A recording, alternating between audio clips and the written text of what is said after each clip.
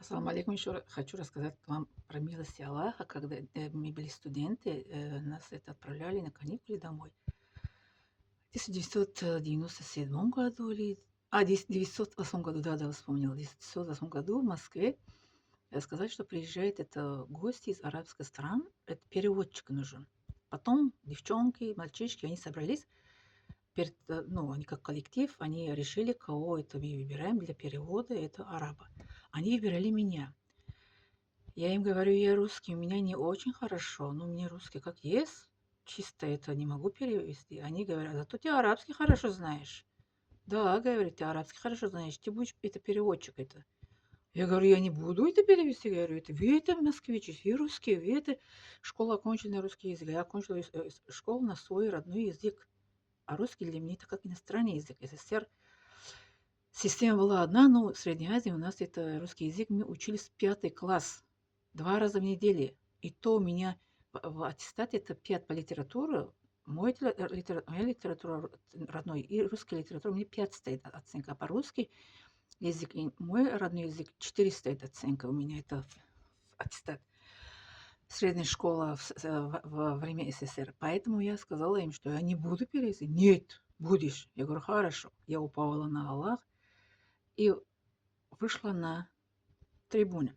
На трибуне я сижу, осмотрю этот зал, огромный зал, люди это сидят. И душой я прошу, Аллах, помоги мне, пожалуйста. Аллах, я верю тебе, помоги мне. Как я переводила с арабский на русский. Не знаю, как я переводила. Потом все, церемония закончилась, они аплодировали. Потом я спустилась с трибуны, они пришли, девчонки, меня обняли и сказали, какая ты это умничка. Я говорю, как я умничка? Что, правильно переводила? Конечно, чисто, грамматически тебе получилось. Ни одной ошибки.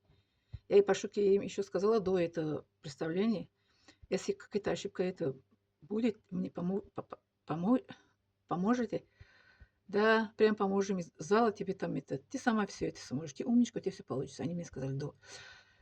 Они мне как это поддерживали, Аллах мне помог. Переводила чисто. А потом это араб, который он был там, я переводила его. Он через мой брат сказал, что это нашел, как это моего брата, как-то мой брат там тоже учил, там университет. Сказал, что это моего брата, если твоя сестренка хочет меня работать, я возьму после окончания университета. Я сказала, после окончания университета я нигде не буду работать, я поеду к папа, маму на родине. А потом недавно, я удивилась сама своим переводом. Столько какой-то себе вопрос задал, как это я русский, мне не так хорошо было, как я переводила. Это, во-первых, милость Аллаха, во-вторых, у нас автоматизация в нашем мозге. Мозг, когда переводчик хочет перевести, это автоматизация, это выполняет, это функция перевода.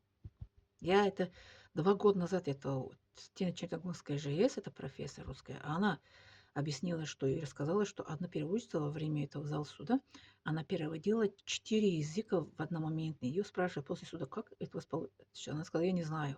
Как получится, так получится. А у меня тоже пару раз так получается. Порой раз я узбекский переведу, я сама удивляюсь, потому что во время СССР с папой, мамой в Узбекистан много путешествовали, узбекский тоже понимаю где-то, разговариваю где-то, как это, могу устно перевести, а письменно нет. Узбекский у меня устно получается иногда пару раз перевести тоже с узбекский на таджикский, с узбекский на русский, с русский на таджикский, вот так. Это в нашем городе, однако, был такой, это помощь нужна была. Я помогла, сама удивилась, как это у меня узбекский еще получается перевести. Оказывается, автоматизация, она выполняет эту функцию это перевода, когда переводчик хочет перевести, автоматизация говорит, я здесь твоя помощница. Это милость Аллаха, понимаете? Автоматизация выполняет за человека переводу языки, понимаете? Какая прелесть, какое чудо. Да, да. Кто верит в чудо, совершается, иншаллах.